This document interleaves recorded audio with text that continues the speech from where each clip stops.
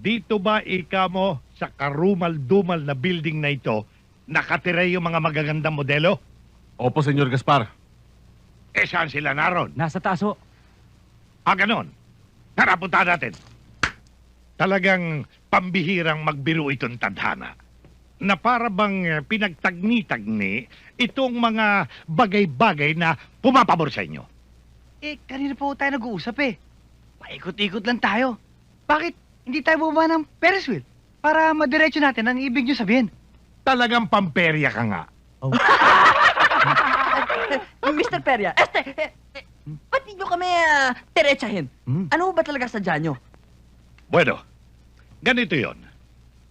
Napanood ko yung TV commercial nitong walang kasing gagandang mga binibini.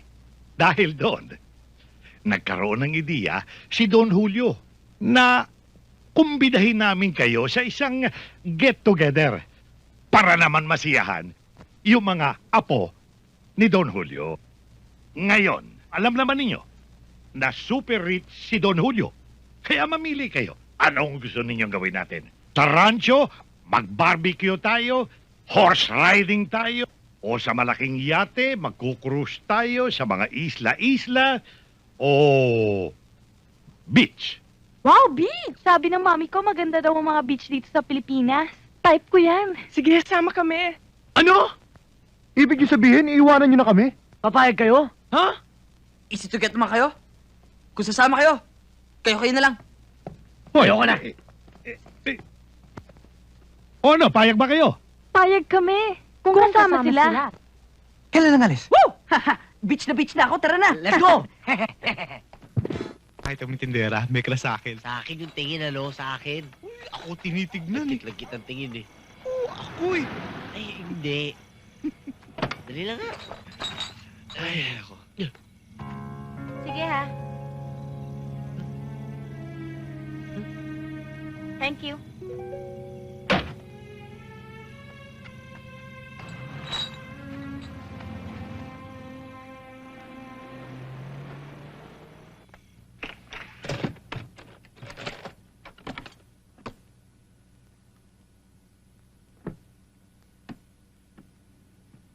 Wala ka ba nakalimutan?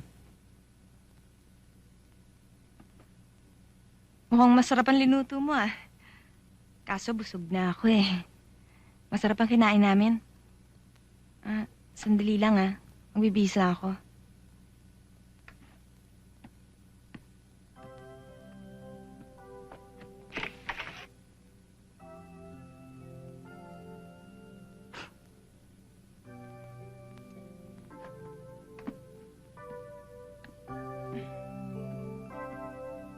Halika na. Mamaya na. Siya nga pala.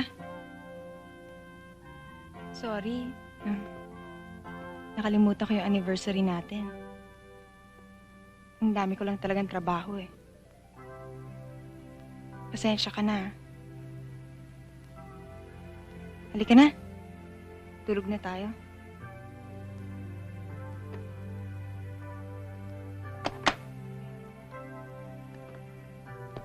Cindy, kilala mo ako. Hindi ako mareklamong tao. Pero, hindi mo alam yung hirap na dinanas ko para lang sorpresahin ka eh. Okay, nakalimutan mo. At alam ko nangyayari talaga yun, pero ano ba naman yung tumawag ka at sabihing gagabihin ka para hindi naman kami nag-aalala nitong anak mo.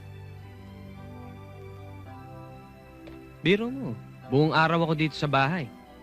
Siyempre naman, excited akong makita ka. Gusto kong marinig yung mga kwento mo, kung anong nangyayari sa trabaho mo. Konsuelo ko na yun eh. Masisisi mo ba ako, Cindy? Cindy?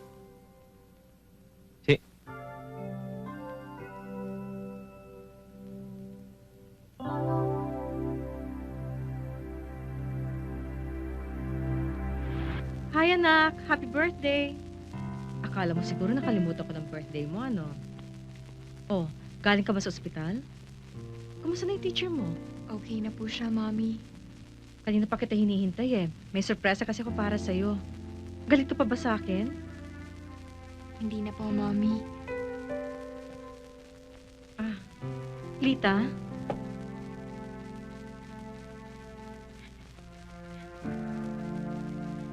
Lenny, kumusta ka na? Kagabi pa kasi ako hindi makatulog eh. Hindi ko kasi alam kung anong magandang birthday gift para sa'yo. Pinuntahan niya ako kagabi. Nagkita na kami nung maliit ka pa pero nag-away lang kami eh. Sabi ko nga sa kanya, wag na tayong mag-away. Hindi naman kita kukunin na sa kanya eh. At saka isa pa, hindi naman papayag ang asawa ko. At saka ang ganda-ganda na ng katayuan mo rito. Sabi ko nga sa kanya, pwede siyang pumunta rito kahit kailan niya gusto. At isama na rin yung mga kapatid mo sa... yung mga anak niya. Oo nga. Pero makukulit yung mga yun eh. Pero sige. Hanggang ngayon, hindi pa rin ako makapaniwala na mayroon akong isang anak na kasing ganda mo.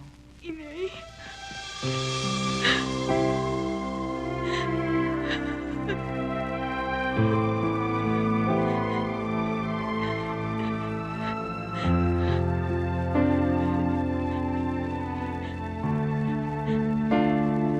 Mommy, I love you.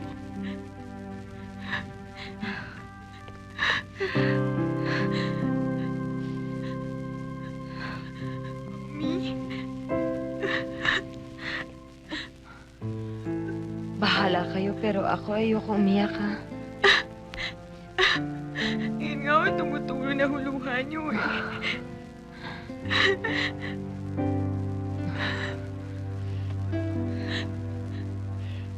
Ang swerte-swerte ko naman. Dala-dalawa ang nanay ko.